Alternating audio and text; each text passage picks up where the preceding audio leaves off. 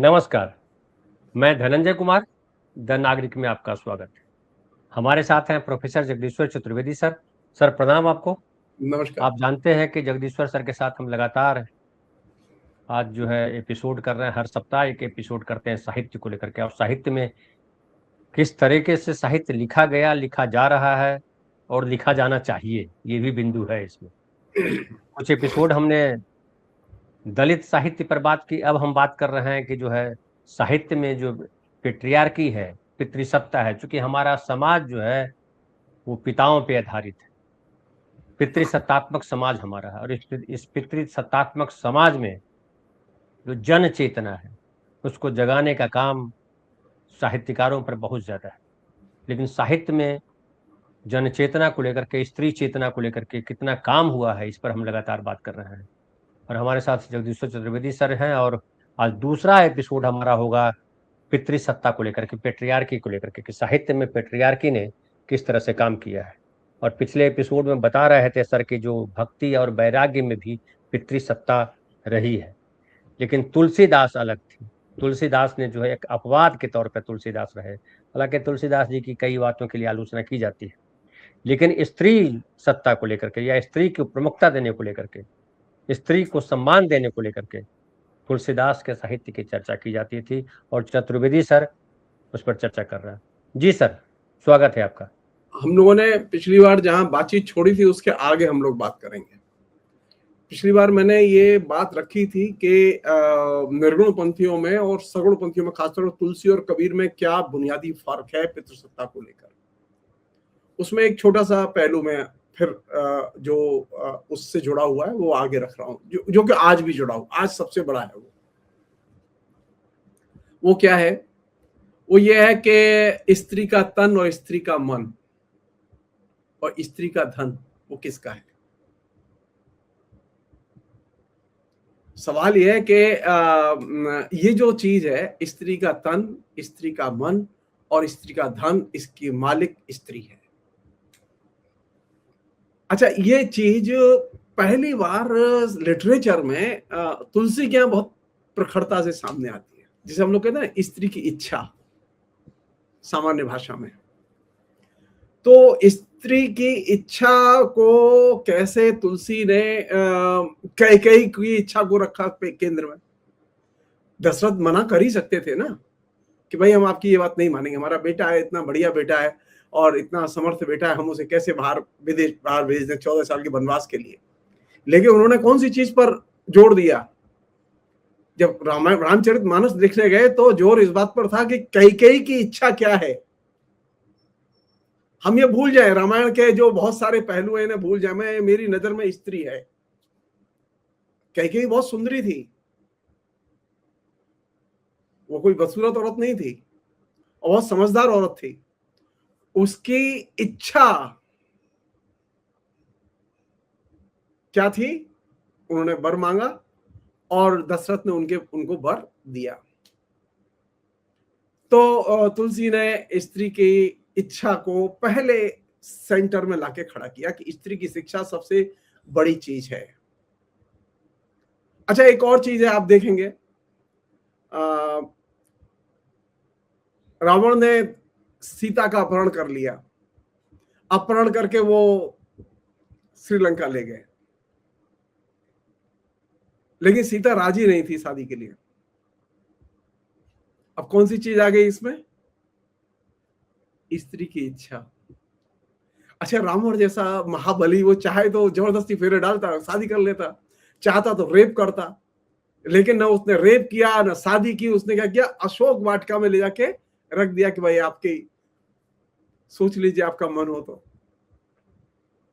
स्त्री का तन, स्त्री का मन, वो उसकी मालिक है। ये चीज इंफेसिस के साथ में पहली बार सेंटर में आती है, और ये साधारण चीज नहीं है। जो लोग ये कहते हैं, तरह तरह से आलोचना होती है ना, तुलसी पर बहुत अटैक है, और खासतौर पर दलितों का, दलित आलोचकों का तो बहुत ज्यादा अटैक है। उनके अटैक के अपने कारण भी हैं। मैं उनके डिटेल्स में नहीं जाना चाहता। मैं एक स्त्री की नजर से देखना चाहता हूं कि स्त्री की नजर से और पितृसत्ता की नजर से तुलसी क्या चित्रित करते हैं। तो साहित्य की और संस्कृति की और जीवन की आज सबसे बड़ी समस्या कौन सी है? स्त्री की इच्छा, स्त्री का मन, स्त्री का तन, उसकी मालिक स्त्री है। और ये चीज आज भी पूरी तरह से हम एक्सेप्ट नहीं कर पाए हैं। अब एक उसका जो सबसे कमजोर पक्ष है उसकी तरफ ध्यान खींच रहा हूं, जो कि पितृसत्ता का पक्ष है। मतलब तुलसी ने राम रावण के युद्ध का वर्णन किया है। अच्छा, राम रावण के युद्ध का वर्णन करते थे उन्होंने बहुत थोड़ी सी जगह दी उसे युद्ध को। अच्छा, युद्ध जब होता है तो हम सब लोग जानते हैं युद्ध में सबसे ज्यादा नुकसान किसका होता है? औरतों का होता है। तो विवाद तो इस पर होना चाहिए ना कि तुलसी ने वह युद्ध का विवरण क्यों छोड़ दिया, वह क्यों नहीं लिखा। आलोचना का, साहित्य की आलोचना का काम यह है कि वह उन सवालों को उठाए जो सवाल अनुत्तरित हैं। जो लिखा गया है वह तो महत्वपूर्ण है, जिसकी हमने अभी आपसे चर्चा की, और जो नहीं लिखा गया है वह उससे भी ज्यादा महत्वपूर्ण हो सकता है। तो तुलसी के यहां जो सबसे बड़ा ड्रॉबैक है वो यह कि युद्ध का वर्णन और युद्ध के वर्णन में वे स्त्रियों के कष्ट, उनकी पीड़ा, उनकी ट्रेजेडी, उसका चित्रण एक सिरे से तुलसी के यहां गायब है। तो ये एक उसका जिसे कहें कि सबसे कमजोर पक्ष है उस चित्रण का। एक अन्य चीज यह भी है कि किस तरह की मानसिक सामाजिक यंत्रणाओं से स्त्रियों को गुजरना पड़ता है। वो युद्ध हो या कोई आपदा हो या कोई और दूसरी स्थिति हो, उसमें स्त्रियों को किस तरह की मानसिक यंत्रणा झेलनी होती है, वो चीज भी मिसिंग है वहां। वो चाहे शुरू का पहलू हो रामचरितमानस का या उसके बाद का पहलू हो युद्ध के दौर का, वो उसमें मिसिंग है। इसलिए ये जो विवरण है और जो विवरण नहीं है उन दोनों की चर्चा की जानी चाहिए। नंबर 1। अब हम थोड़ा सा आधुनिक काल की तरफ आते हैं जिसमें कि हम लोग रहते हैं।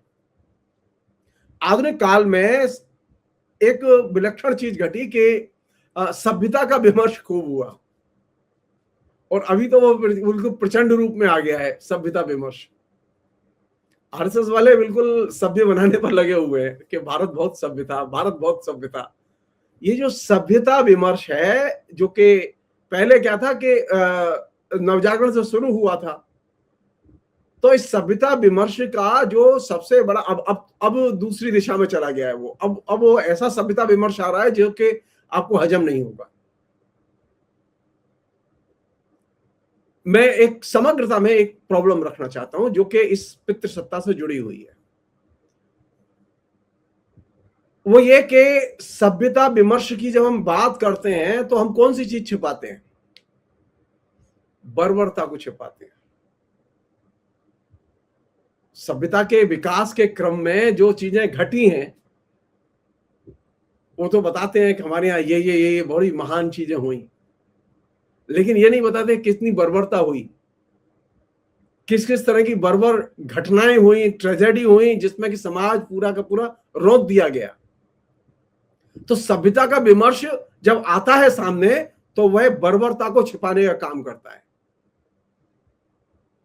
ये गलती नवजागरण में हुई, ये गलती बात के लेखन में भी हुई, और ये गलती अभी भी हो रही है। अब सभ्यता का विमर्श कौन लोग कर रहे हैं? आरएसएस के लोग, जो सबसे ज्यादा बर्बर हैं। राजा राममोहन राय बर्बर नहीं थे, लेकिन राजा राममोहन राय की मुश्किल तो ये थी कि जो हिंदू समाज था वो तो बर्बरता में आकंठ डूबा हुआ था। कौन सी चीज थी जिसको वो चैलेंज दे रहे थे? सती प्रथा, जो बर्बरता का बिल्कुल एकदम आदर्श रूप थी। किसके आधार पर चुनौती दी गई उस जमाने में? हिंदू ग्रंथों के आधार पर ही उसे चुनौती दी गई थी कि हिंदू ग्रंथों में लिखा हुआ है कि सती प्रथा का पालन नहीं करना चाहिए। पराशर ऋषि की पराशर संहिता के आधार पर ही उन्होंने सारे के सारे, यानी आधुनिक तर्कों से सती प्रथा का विरोध नहीं किया गया। सती प्रथा के विरोध के लिए पराशर संहिता के तर्कों का इस्तेमाल किया गया और लोगों को कन्विंस किया गया कि भाई तुम हिंदू हो, हिंदू रहोगे, और ये जान लो कि हिंदुओं में पराशर ऋषि ऐसे थे जो सती प्रथा के पक्ष में नहीं थे। ये जो, यानी जब आप सभ्यता की बात करते हैं तो आप जाने अनजाने आप बर्बरता को छिपाते हैं। उसके तरीके अलग अलग हैं। दूसरी चीज ये भी है कि जब आप धर्म की बात करते हैं, हमारे दो बड़े पेटेंट एरिया हैं जहां पे विमर्श चल रहा है, धर्म और सभ्यता। हमारा धर्म बहुत बहुत अच्छा था, हमारे यहाँ सभ्यता बहुत विकसित थी।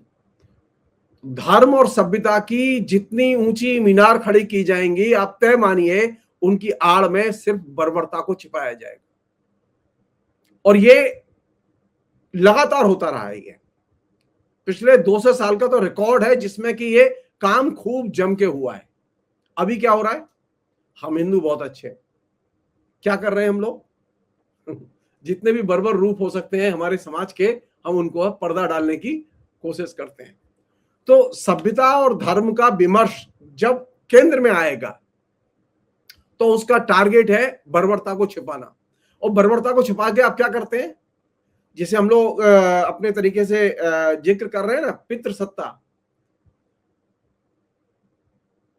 पितृसत्ता का एक, जिसे कहें कि जीरोक्स कॉपी बर्बरता भी है, या हम ये कहें कि पर्यायवाची शब्द है वो बर्बरता। पितृसत्ता बर्बरता के बिना स्थापित हो ही नहीं सकती। और अब संयोग से हम डेमोक्रेसी में, 47 के बाद डेमोक्रेसी में।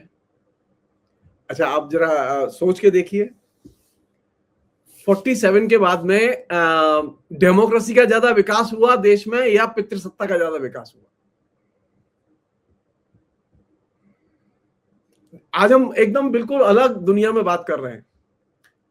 हमें न कांग्रेस से लेना देना है, न हम बीजेपी से लेना देना है, न कम्युनिस्टों से लेना देना है, न माओवादियों से लेना देना है। हम ये दिखाना चाहते हैं कि जो संविधान और जो संविधान के तहत लोकतंत्र विकसित हुआ, जिसे आप डेमोक्रेसी कहते हैं और जिस पर आप गर्व करते हैं, जिसे आप सभ्यता कहते हैं जिस पर आप गर्व करते हैं, जिसे आप धर्म कहते हैं जिस पर आप गर्व करते हैं, इनकी आड़ में कौन सी चीज फलती और फूलती है? पितृसत्ता। सारी जितनी भी बर्बरताएं हैं पितृसत्ता की, वो डेमोक्रेसी में सबसे ज्यादा हुई हैं। सिर्फ दो नमूने बता रहा हूं मैं। पितृसत्ता के डेमोक्रेसी में, जिसे कहें कि बर्बरता का जो सबसे ज्यादा, जैसे प्रचंड आंधी चली हुई है, कहां चली हुई है? बॉम्बे में नहीं, दिल्ली में नहीं, सड़कों पर नहीं, परिवार के अंदर। पितृसत्ता के जितने भी बर्बर रूप हैं वे कहां मिलेंगे आपको? फैमिली के अंदर। और पितृसत्ता की बर्बरता के जितने रूप हैं वो कहां मिलेंगे? पुलिस के दमन के अंदर। तो दो बड़े क्षेत्र विकसित हुए जहां बर्बरता का और हिंसा का सबसे अधिक पल्लवन और पुष्पन हुआ, वह थे परिवार और पुलिस तंत्र। आप 75 साल के 76 साल के डाटा उठा के देखिए, आप ये डाटा उठा के देखिए कि भारत विभाजन में कितने लोग मारे गए, और डाटा उठा के देखिए कि 75 साल में दहेज प्रथा से कितनी लड़कियां मारी गईं, जो घरेलू हिंसा है उसके जरिए कितनी लड़कियां मारी गईं और उत्पीड़ित की गईं। आप उठा के देखिए कि पिछले 75 साल में गरीबी की वजह से कितने बड़े पैमाने पर लड़कियां वेश्यावृत्ति में धकेल दी गईं। पितृसत्ता। जब हम डेमोक्रेसी को ग्लोरीफाई करते हैं तो हम पितृसत्ता की बात नहीं करते। हमको नेता नजर आते हैं, हमको आइकॉन नजर आते हैं, हमें बड़े बड़े मतलब जिसे कहें कि महान लोग नजर आते हैं। लेकिन ये जो छोटे स्तर पर हर घर घर में कोई घर नहीं है जहां के पितृसत्ता की बर्बरता ने अपना हस्तक्षेप न किया हो। कोई घर नहीं है हिंदुस्तान का, चाहे वो अमीर आदमी हो चाहे वो गरीब आदमी हो। मैंने बात शुरू की थी ना, स्त्री की इच्छा, स्त्री का तन, स्त्री का धन, स्त्री का मन, उसकी मालिक कौन है? स्त्री। आप याद कीजिए, आप याद कीजिए बिरला परिवार की उस घटना को, जब बिरला परिवार का एक व्यक्ति मरा तो वह अपनी संपत्ति अपनी पत्नी के नाम दे गया, और पत्नी जब मरी तो वह अपनी संपत्ति उसने अपने चार्टर्ड अकाउंटेंट को दे दी, प्रेमदा बिरला। पूरा बिरला परिवार उस संपत्ति को लेने के लिए कोर्ट गया कि हम वारिस हैं, ये चार्टर्ड अकाउंटेंट वारिस नहीं है। अच्छा, उस स्त्री ने सिर्फ वही काम किया था जो तुलसी ने बताया था कि तेरी संपत्ति तू मालिक है, तेरी जो इच्छा है तू कर।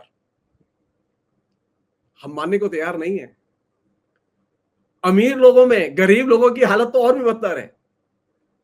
मैं सिर्फ नमूने के तौर पर कह रहा हूं कि जो सबसे बड़ा लड़ाई का एरिया है जहां पर कि पितृसत्ता दिखाई देती है आधुनिक काल में, जहां की डेमोक्रेसी दिखाई देती है आधुनिक काल में, उसमें बर्बरता के जो दो बड़े क्षेत्र हैं, परिवार और पुलिस तंत्र, वहां सबसे अधिक जिसे कहें कि पितृसत्ता का, जिसे कहें नंगा नाच आपको दिखाई देगा। और आप यहां से तय करिए कि आपके यहां डेमोक्रेसी वो पितृसत्ता को क्वेश्चन करती है, पितृसत्ता को ध्वस्त करती है, या पितृसत्ता को बनाए रखती है।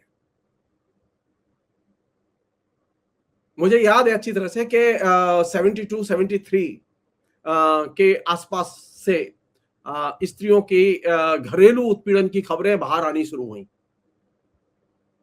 और जब घरेलू उत्पीड़न की खबरें बाहर आनी शुरू हुई तो बहुत तेजी से धीरे धीरे, यानी 72 73 के पहले तक अखबारों में घरेलू हिंसा की खबरें उस तरह से नहीं छपती थी।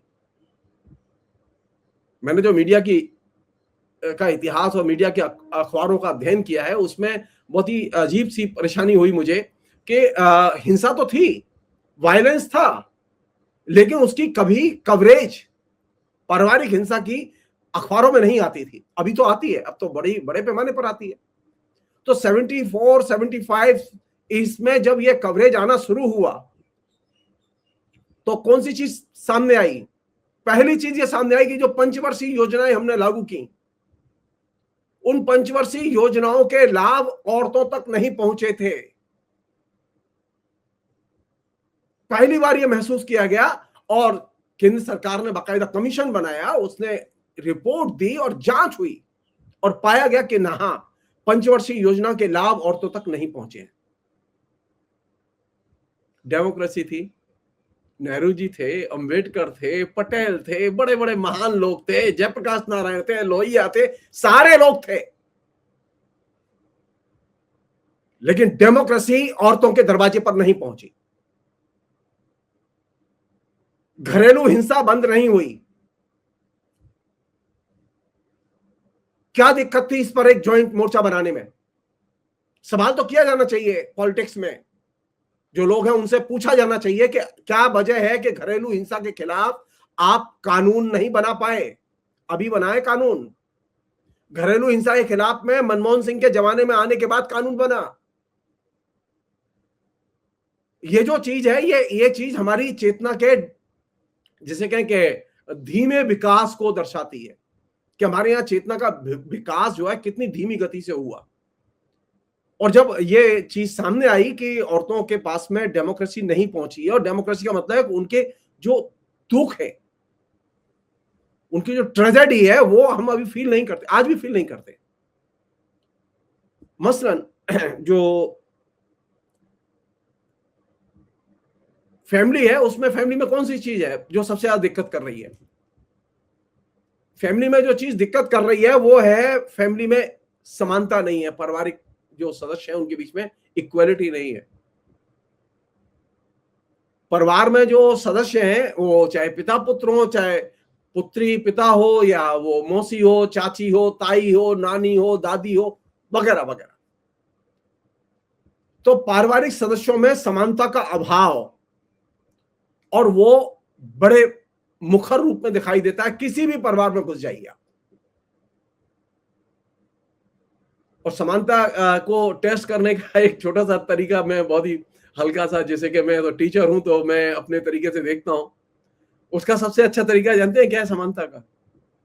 आप जस्ट पता करिए, सर्वे कीजिए कि कितनी औरतें हैं हमारे घर में, उनको हाथ खर्च महीने का नियमित तौर पर कितना मिलता है। पुरुष हाथ खर्च ले लेगा, पुरुष खर्च कर लेगा अपना जो भी दैनंदिन खर्चा है, लेकिन स्त्री को हाथ खर्च नहीं मिलता। क्यों? वो तो, अरे ये तो मालकिन है, चाबी तो इसी के पास रहती है, सब पैसे तो इसी के पास रहते हैं, लेकिन हाथ खर्च के लिए ये नहीं कहता कभी पति कि ये 100 रुपए तेरे हैं, तू जो इच्छा हो करना। जहां हालत ये हो, 75 इयर्स के बाद जितने भी पारिवारिक सर्वे हुए हैं केंद्र सरकार के द्वारा, उन सर्वे की एक सामान्य सी चीज है, सुनने में अजीब लगेगी लेकिन एक वास्तविकता है। कोई भी स्त्री अपने घर में पुरुष से पूछे बिना, चाहे वो पिता हो, चाहे भाई हो, चाहे पति हो, उससे पूछे बिना वो कोई चीज खरीदती नहीं है। और ये मास स्केल पर, वो बंगाल में भी है, वो केरल में भी है, वो त्रिपुरा में भी है, वो तमिलनाडु में भी है, जो सबसे समर्थ राज्य केरल, उसमें भी है। समानता, समानता की शर्त है कि सारे परिवारिक सदस्यों के बीच में समान संबंध हो और समानता के आधार पर ट्रीटमेंट हो, नंबर 1। नंबर 2, जो कि बहुत जरूरी है पितृसत्ता को चुनौती देने के लिए, क्योंकि परिवार एक बड़ा लड़ाई का क्षेत्र है पितृसत्ता की, वो ये कि परिवार में जो लोग हैं उनमें एक दूसरे के प्रति लगाव भी हो और सद्भाव भी हो। हमारे यहाँ क्या है, हमारे यहाँ संबंध तो है लेकिन लगाव और सद्भाव नहीं है। अगर लगाव और सद्भाव होता तो ये जो, आप किसी भी दिन किसी भी भाषा के अखबार को उठाइए, किसी भी दिन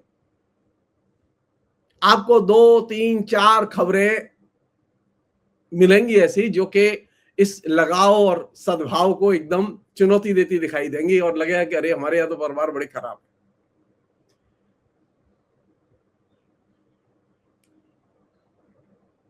और ये जो परिवार का जो ढांचा है पूरा, जिस पर हम लोग गर्व करते हैं ना, हमारा परिवार कितना बढ़िया परिवार है, हमारे परिवार का जो ढांचा है, उस परिवार की जो सबसे बड़ी दुखद स्थिति है वो ये कि इसका ढांचा डेमोक्रेटिक नहीं है। डेमोक्रेसी चाहिए मुझे, भारत में डेमोक्रेसी चाहिए, नरेंद्र मोदी को भी डेमोक्रेसी चाहिए और राहुल गांधी को भी डेमोक्रेसी चाहिए, लेकिन परिवार में डेमोक्रेसी नहीं होनी चाहिए। कमाल है, परिवार में डेमोक्रेसी बेहद जरूरी। अरे वो प्रधानमंत्री की पत्नी है, वो कह रही है कि मुझे पुलिस की जरूरत नहीं है सुरक्षा के लिए, उसके पीछे Z+ सिक्योरिटी लगा दी है, बेचारी वो परेशान है कि यार 25 आदमी दरवाजे में बैठे रहते हैं, शांति से कहीं जाना आना संभव नहीं। राम भक्त हैं, तुलसी की एक बात नहीं मानते। Z+ सिक्योरिटी नहीं थी सीता के पास, दशरथ चाहते तो लगा सकते थे, दशरथ के पास पूरी सेना थी। किस चीज की इच्छा का सम्मान किया दशरथ ने? सीता ने कहा कि मैं अपने पति के साथ जाऊंगी, इसका उन्होंने सम्मान किया कि जाओगी। वही दशरथ अगर आज देश के प्रधानमंत्री होते तो राम के साथ सीता जा नहीं सकती थी, जाती तो Z+ सिक्योरिटी के 25 लोग जाते। हम राम भक्त हैं, लेकिन राम जी से कोई चीज नहीं सीखेंगे। ये जो आयरनी है, इस आयरनी को समझने की जरूरत है कि हम जो बातें कहते हैं, पितृसत्ता का पहला टेस्ट है कि परिवार का ढांचा डेमोक्रेटिक बनाओ। आपकी इच्छा है YouTube देखने की, आप YouTube देखिए, बेटे की इच्छा नहीं है YouTube देखने की, वो किताब पढ़ना चाहता है, वो किताब पढ़ेगा, आप उसी किताब का इंतजाम कीजिए। जैसे भी करना चाहे कीजिए, लेकिन आप उसकी किताब का तो इंतजाम नहीं कर रहे, लेकिन उसे कह रहे हैं तू एक मोबाइल खरीद ले, तू अब मोबाइल देखता रहे, तू यूट्यूब देखता रहे। आप चाहते हैं कि वो आपके अनुरूप ढले और बने। हर बाप चाहता है कि बेटा मेरे जैसा बने। आयरनी जानते हैं क्या है? आयरनी है कि न तो बेटी अपनी मां जैसी बनना चाहती है और न बेटा अपने बाप जैसा बनना चाहता है। क्यों? क्योंकि लड़ाई है उसकी पितृसत्ता से। किसी भी लड़की से पूछिए तुम क्या अपने मां जैसी बनना चाहती हो, कोई लड़की नहीं कहेगी कि मैं मां जैसी बनना चाहती। क्यों? क्योंकि उसने पितृसत्ता में गलते हुए अपनी मां को देखा है। कोई लड़की उसके रास्ते पर जाना नहीं चाहेगी, चाहे वो जैसे हो, वो कहेगी मैं मां की तरह नहीं रह सकती। ये जो सेंस है, ये सेंस इस बात का द्योतक है कि हमारे यहां परिवार के ढांचे को अभी हमने बदल के लोकतांत्रिक नहीं बनाया है। पितृसत्तात्मक ढांचे में ही हम लोग रह रहे हैं। तो पितृसत्ता की जो सबसे बड़ी चुनौती का एरिया है, जहां पर डिबेट होनी चाहिए, वो कौन सा एरिया है? वो कॉकरोच जनता पार्टी नहीं है। वो जनता पार्टी भी नहीं है, वो बीजेपी भी नहीं है। आप उठा के देखिए, आपको एक पॉलिटिकल पार्टीज के मैनिफेस्टो में, इंक्लूडिंग कम्युनिस्ट पार्टी, परिवार के डेमोक्रेटाइजेशन का इशू नहीं मिलेगा। सबको डेमोक्रेसी चाहिए, लेकिन परिवार सबको पितृसत्तात्मक चाहिए। परिवार को डेमोक्रेटिक बनाना नहीं चाहते हम लोग। और परिवार को अगर आप डेमोक्रेटिक नहीं बनाएंगे तो आप देश में डेमोक्रेसी स्थापित नहीं कर सकते।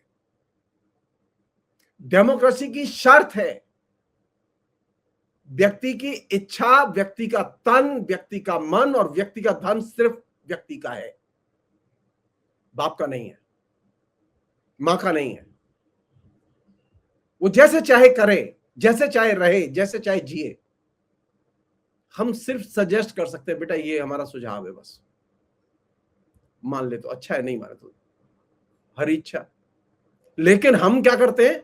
नहीं, हम चाहते हैं बेटा तुम इंजीनियर बनो, हम चाहते हैं बेटा तुम डॉक्टर बनो। ये जो हम चाहते हैं कि तुम बेटा ऐसे बनो, यही चीज दर्शाती है कि हमारे परिवार का ढांचा अनडेमोक्रेटिक है।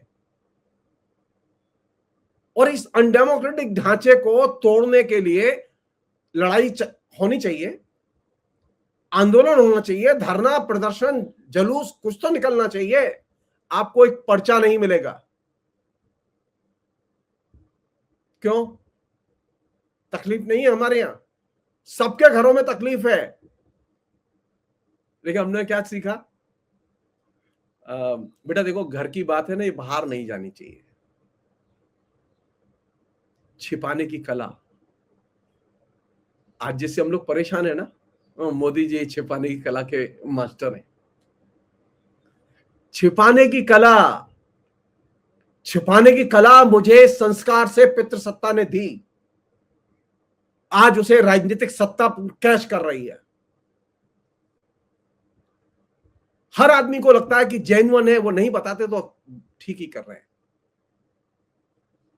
क्यों? क्योंकि हम तो पहले से हमारा माइंड सेट तैयार किया हुआ है। क्योंकि हमें तो हमारे पापा कहते रहे बेटा घर की बात बाहर नहीं कहनी चाहिए। अब मोदी जी अपने मंत्रिमंडल की बाहर कैसे कह देंगे? अपने पार्टी के अंदर की बात बाहर कैसे कह देंगे? तो ट्रांसपेरेंसी होगी नहीं तो पितृसत्ता जाएगी नहीं।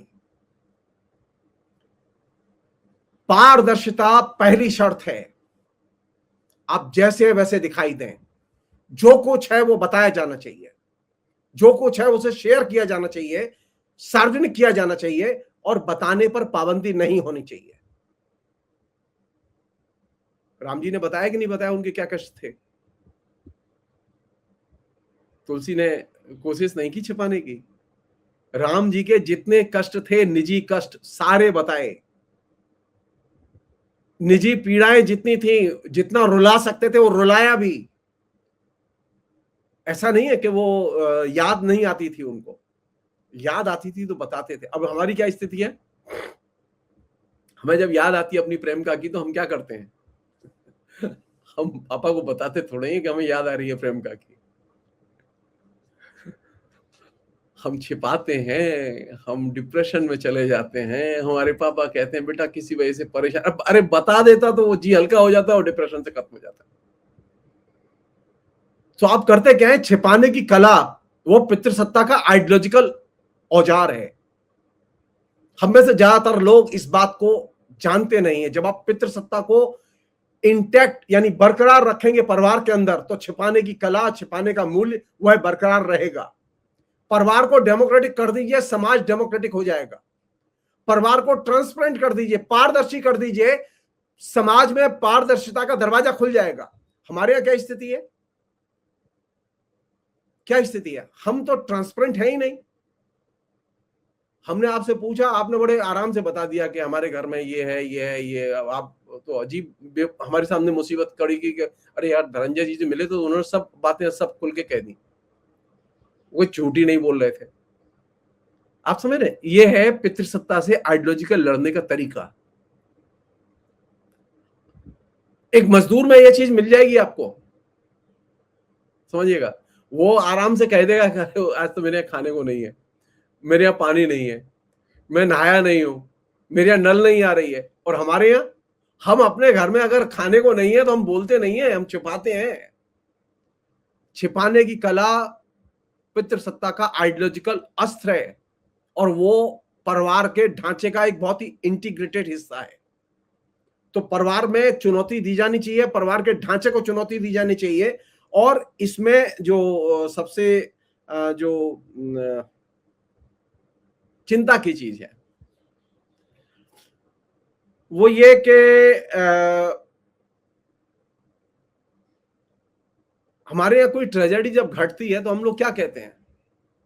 मैं बहुत ही लिक्विड ढंग से, बहुत ही सरलतम रूप में बता रहा हूं मैं। मतलब जब हमारे घर में कोई ट्रेजेडी घटती है तो हम क्या कहते हैं? हम उसे ट्रेजेडी नहीं कहते, तो बुरा हुआ, बहुत बुरा हुआ। किसी के यंग लड़के की डेथ हो गई तो हम लोग क्या कहते हैं? बुरा हुआ। कोई दुर्घटना में मारा गया, वो ट्रेजेडी है उसकी। कोई दंगे में मारा गया, वो ट्रेजेडी है। हम लोग क्या कहते हैं? बुरा हुआ। ये जो बुरा हुआ, त्रासदी को त्रासदी न कहना और उसे बुरा कहना, ये जानते हो, ये उसके मूल अर्थ को छोड़ देना है। दंगे ट्रेजिक हैं, हम क्या कहते हैं? बुरा हुआ। दंगे बुरे थे, हम भी उसकी निंदा करते हैं, बुरा हुआ। नहीं नहीं नहीं नहीं, ट्रेजेडी को ट्रेजेडी कहा जाना चाहिए। वो बुरा और अच्छे के रूप में उसे व्याख्यायित नहीं किया जाना चाहिए। जब हम ट्रेजेडी को बुरा हुआ या बहुत बुरा हुआ इस तरह से बोलते हैं, होता है ना, यंग लड़का मर गया, बहुत बुरा हुआ, ये उस त्रासदी को और उसके मर्म को एक तरह से डाइल्यूट करना है, उसको कम करके देखना है।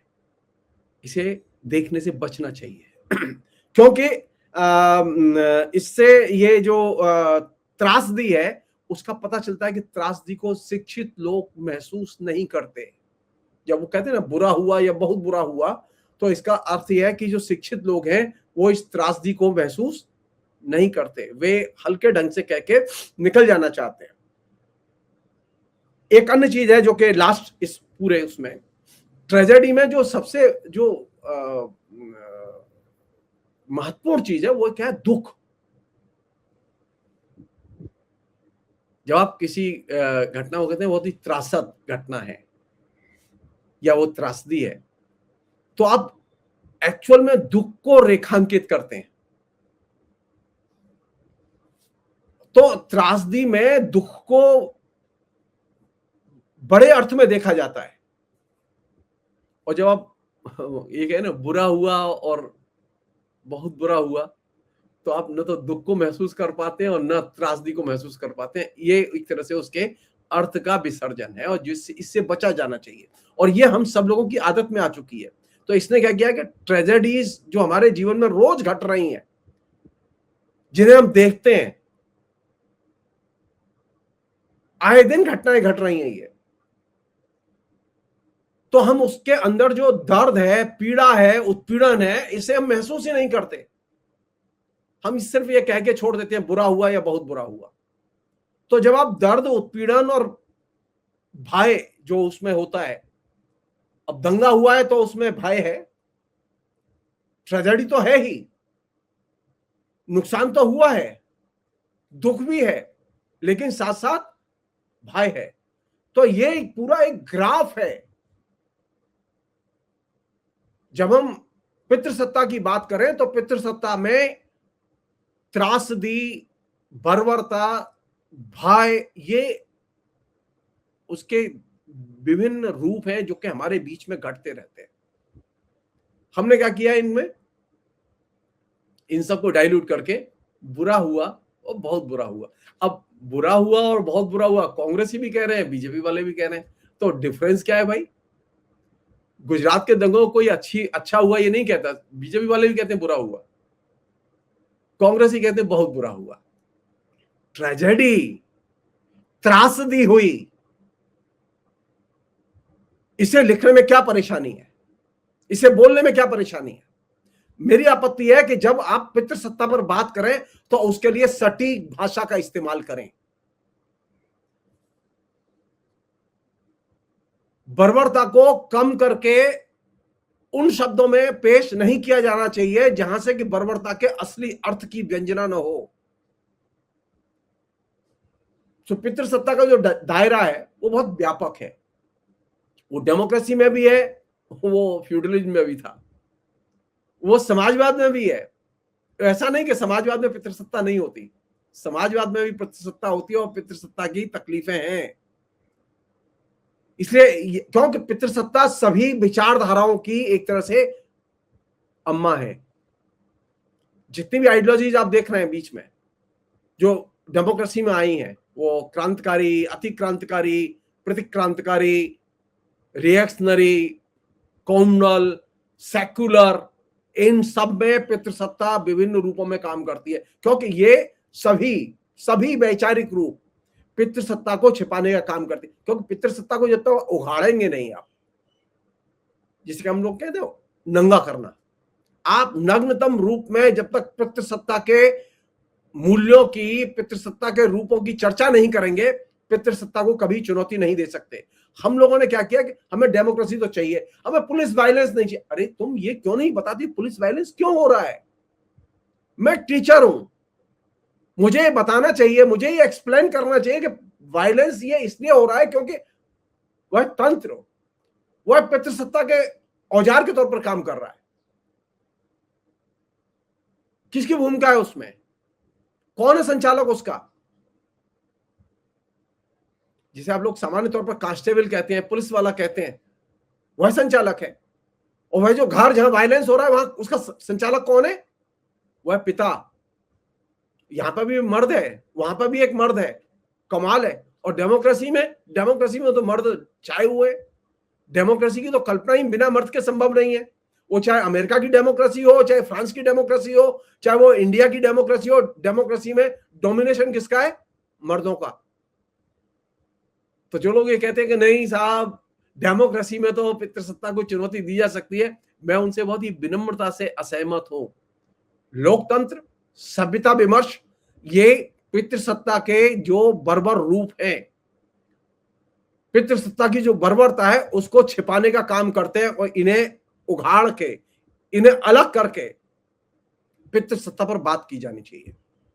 तो बहुत बहुत धन्यवाद सर आपका। और आपको एपिसोड कैसा लग रहा है ये जरूर लिखते रहिए। और साहित्य के नज़र से या साहित्य के दृष्टिकोण से हम समाज को, राजनीति को, वर्तमान को, अतीत को, भविष्य को सब समझने का प्रयास कर रहे हैं। सर बहुत बहुत धन्यवाद आपका। Thank you. और आप सबका भी धन्यवाद।